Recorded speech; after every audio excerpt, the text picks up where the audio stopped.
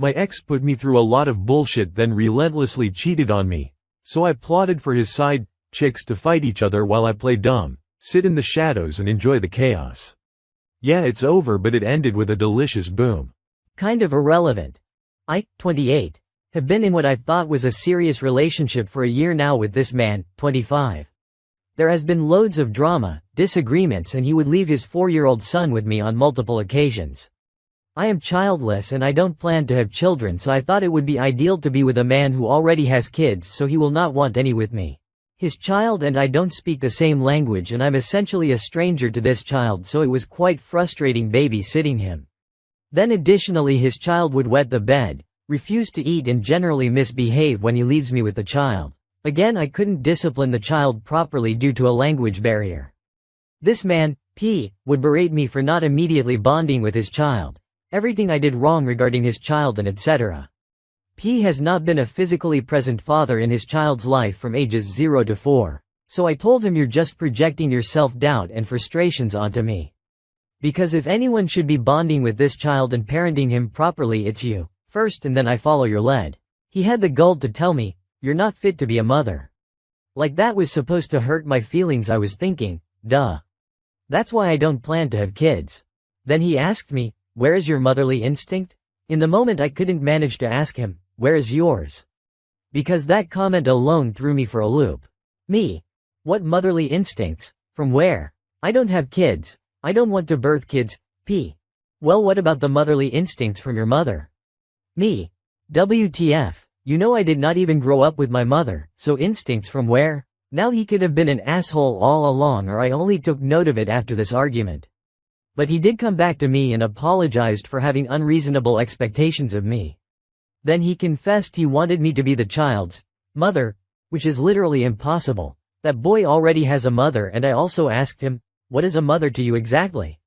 A child has 2 parents and you can't expect one parent to do all the child rearing. Little boys need their dads, etc. Toxic relationship shit. After this specific argument, I noticed his behavior changed, or he was always a dickhead. He would be really cold and mean to me. Withhold sex and intimacy, ignore my calls and text messages. Start unnecessary fake fights. Say fucked up shit like, I forgot sex with you is always amazing, and, I forgot I actually missed you. I asked him directly, what's wrong? Do you want to be with someone else? What is your problem? He would ignore or dismiss my concerns and give very empty reassurances. That's when I knew some fuck shit was happening. I told myself to be patient and eventually he'll get overconfident and slip up. I needed evidence so there would be no way for him to manipulate me into thinking otherwise, like he has been doing. My lick back. And so it happened. His phone broke and for work he always needs to be reachable. So he started using my old iPhone without asking me permission. When I tried to just ask him about the iPhone, he immediately got angry and said, there you go again about your phone, blah blah. My iPhone is registered to my iCloud. So I could see his whole call log. There was some very suspicious phone calls to the same women every day. I thought that's not enough. Then I found a prescription for STD medication in his coat, when I was doing laundry, and one of the call girls' name was on the prescription. I thought again that's not enough. So obviously it's my iPhone with my biometrics password. Therefore, post some very dissatisfying, some of his worst work, coitus. I knew he would pass out. I began my scheme. I waited for him to start snoring because that is when I knew he was in a deep sleep. Reached over for my old iPhone. Started going through text messages and social media. Some messages were deleted of course, but I got the gist. It was all there. He was cheating on me with multiple women. He and the STD call girl both got treated, so when was he gonna tell me to get treated? What an asshole. I was furious and then I thought up a plan. According to their conversation, STD girl seemed to be irate and jealous because she had an inkling that he is a whore. Then there was new girl and it seemed they were saying, I love yous, to each other but haven't had sex yet. Maybe she lives far away, maybe she doesn't give it up easy. Who knows? So I thought I'll get a spoof text number.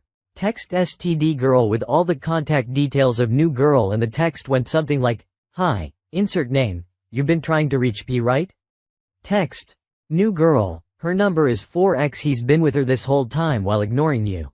The next morning P's day was absolute chaos. He couldn't figure out who this spoof number was. STD girl called new girl and now they were both giving him hell.